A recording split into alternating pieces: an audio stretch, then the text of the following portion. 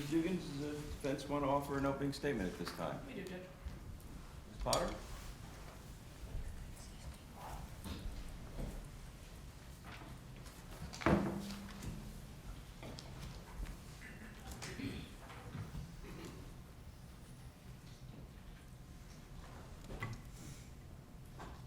I love going to the thrift store. I love the smell in the air. I love putting on my headphones and going up and down the aisles and looking for my next treasure. And it's not just clothes or shoes or a funky lamp. The thrift store is actually a great place to get puzzles. I don't know if you guys knew that. It can burn you though. I've been burned by getting a puzzle at the thrift store before. I was there at Savers. It's a cute little puzzle box I see. It's got a cross-stitch dog on it. I grab it, I bring it home, I start going through my puzzle, and as I'm going through, I'm trying to find the corner pieces, and they're not really there. I'm going through the pieces, and I see pieces that look like they're from a different puzzle, and that's weird. And I'm searching, I'm trying to put this border together, and finally I realize, this is an old puzzle. Not all the pieces are here. I'm not gonna get a complete picture. And I say all of that to say, not just to give you a warning about buying a puzzle next time you're at Savers. I say all that to say, that's what this case is like. This case is like an old puzzle from the thrift store.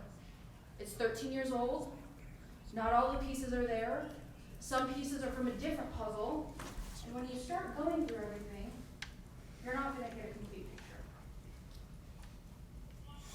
The state wants you to believe two different stories this week. Two different stories from two different women, both stories of rape. The first story, you've already heard a little bit about. You've heard a characterization of it. But just imagine this with me for a moment. The first story, 26, she is kind of at the peak of her young adulthood. Just getting started, getting things going. And at that peak, she gets into an accident that leaves her with a serious brain injury, a TBI.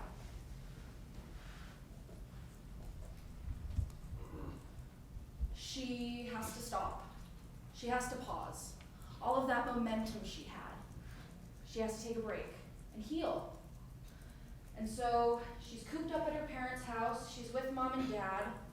And just a couple months, 2 months after that brain injury, an injury that she has for the rest of her life, she decides to start dating again.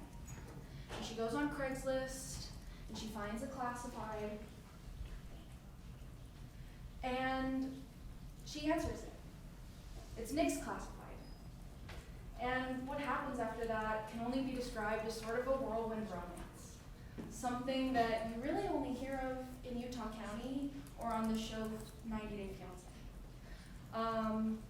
She meets Nick on her 27th birthday, and that meeting must go pretty well, because 7 days later, he's coming to Thanksgiving with her family.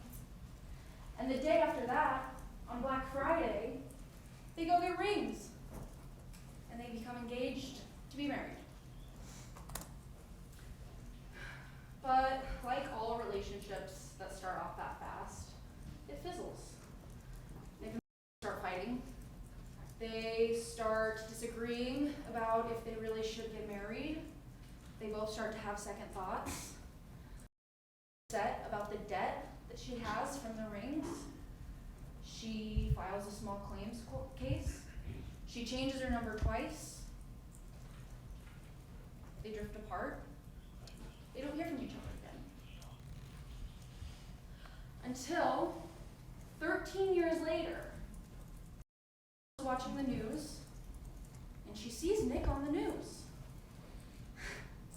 And she says, "Hey, that's the guy.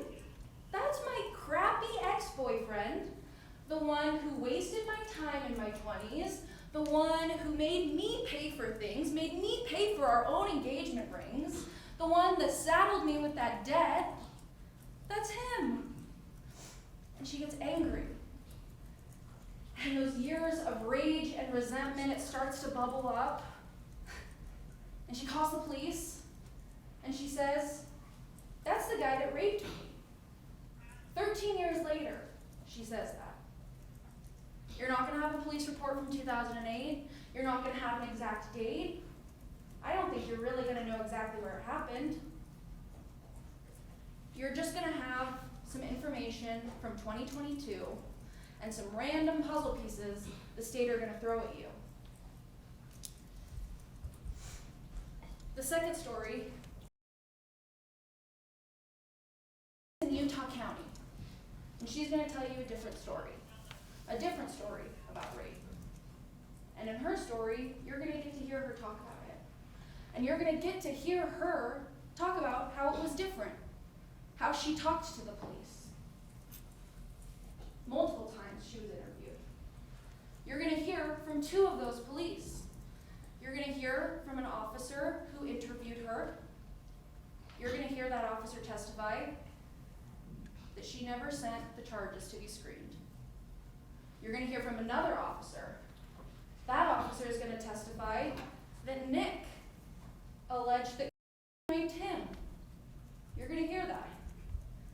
You're also gonna hear he never sent charges to be screened either. And so both of those officers are gonna come here and they're gonna tell you, back in 2008, no charges were ever filed.